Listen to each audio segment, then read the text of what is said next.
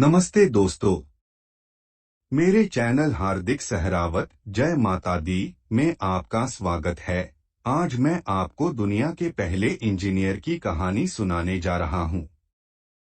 दुनिया के पहले इंजीनियर थे भगवान विश्वकर्मा। भगवान विश्वकर्मा को प्राचीन युग का इंजीनियर माना जाता है।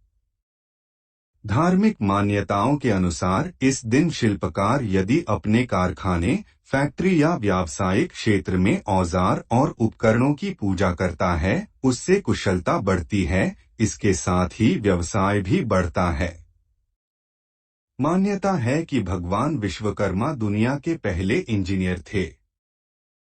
हर साल 17 सितंबर को विश्वकर्मा पूजा मनाई जाती है। इसे विश्वकर्मा जयंती के नाम से भी जाना जाता है।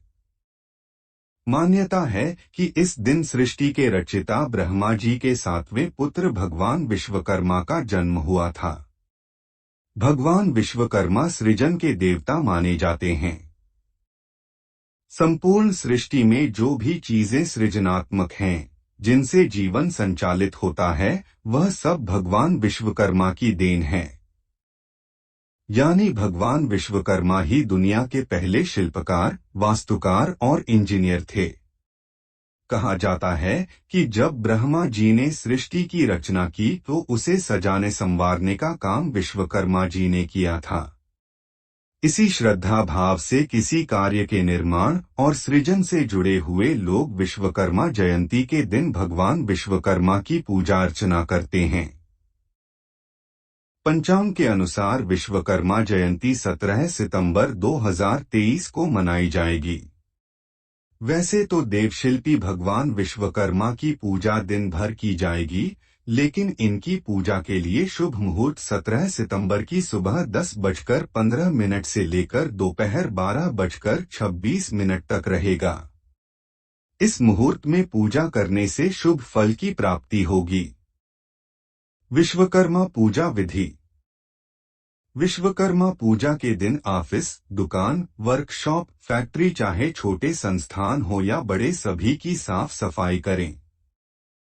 इस दिन सभी तरह के औजारों या सामान की पूजा करनी चाहिए।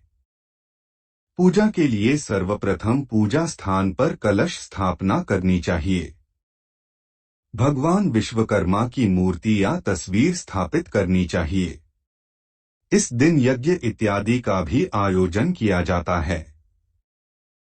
पूजन में श्री विष्णु भगवान का ध्यान करना उत्तम माना गया है। इस दिन पुष्प अक्षत लेकर मंत्र पढ़े और चारों ओर अक्षत छिड़के।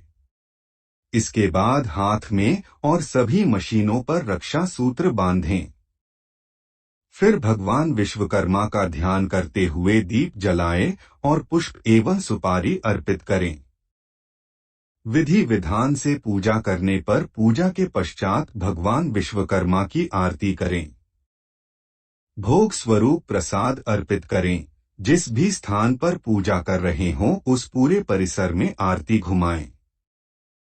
पूजा के पश्चात विश्वकर्मा जी से अपने कार्यों में सफलता की कामना करें। विश्वकर्मा पूजा का महत्व। विश्वकर्मा पूजा के दिन भगवान विश्वकर्मा की पूजा करने से भक्तों की सभी मनोकामनाएं पूरी होती हैं।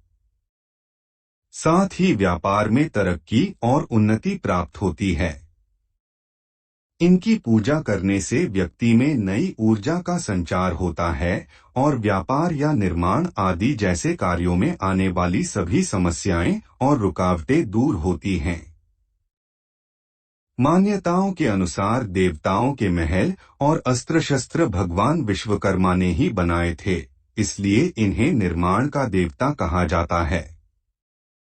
शास्त्रों में ऐसा भी कहा गया है कि ब्रह्मा जी के निर्देश पर ही विश्वकर्मा जी ने इंद्रपुरी, त्रेता में लंका, द्वापर में द्वारिका और हस्तिनापुर, कलयुग में जगन्नाथपुरी आदि का निर्माण किया था। इसके अलावा श्रीहरि भगवान विष्णु के लिए सुदर्शन चक्र, शिव जी का त्रिशूल, पुष्पक विमान, इंद्र का व्रज को भी भगवान विश्वकर्मा ने ही बनाया था। पुष्पक विमान का निर्माण इनकी एक बहुत महत्वपूर्ण रचना मानी जाती है। सभी देवों के भवन और उनके उपयोग में आने वाली अस्त्र शस्त्रों का निर्माण भी विश्वकर्मा जी द्वारा की गई है। कर्ण का कवच या कुंडल, विष्णु भगवान का सुदर्शन चक्र हो या फिर भगवान शिव का त्रिशूल हो, ये सभी चीजें भगवान विश्वकर्मा के निर्माण का प्रभाव है।